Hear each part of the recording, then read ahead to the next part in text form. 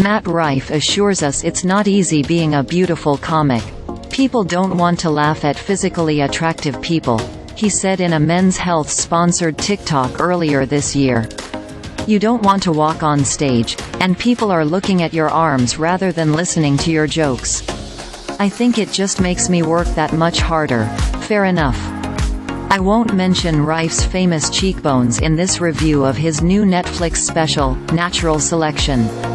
Rife, primarily known for his popular crowd work bits on social media, gave me plenty of other things to talk about. Click right here to get the best of Cracked sent to your inbox. The first thing I learned? There are lots of women that Rife doesn't care for. He's got it in for waitresses with black eyes. Why can't they stay hidden in the kitchen? Hippie chicks, his religious ex, flight attendants who insist on enforcing the rules, and the heavier set.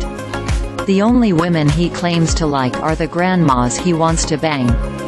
Why be someone's first when you can be their last? Now that's a flex. There's a puzzling, extended bit about all the women he knows who are into crystals and astrology, a phenomenon he says is particular to younger women. Rife is 28. Really? He knows a lot of them?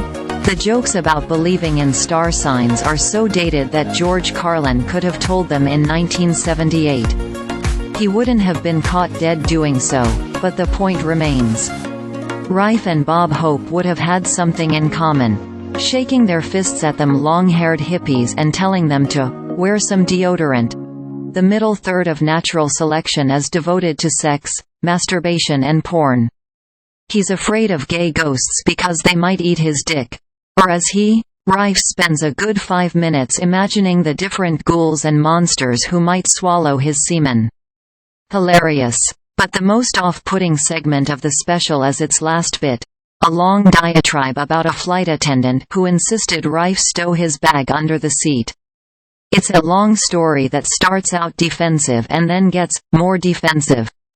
The initial story, like all comedian stories about airline travel, is pedestrian. Yep, sometimes we get seated next to loud kids and overweight travelers. Yep, some of the airline's rules seem pointless. We've heard it before, but okay, let's see where this goes. Rife hates social media. He tells the audience, despite his acknowledgement that his social videos are why the theater is full of fans. He also later says, I post every day. But despite his distaste for Twitter and the like, he used the plane's Wi-Fi to gripe about the airline rules. He couldn't believe what happened next.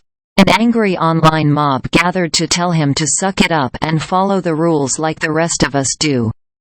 The nerve. A bunch of nobodies all trying to get their licks in, he says.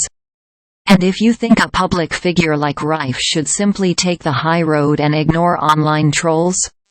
Fucking kill yourself, man. Rife can't help but fight back, he tells us.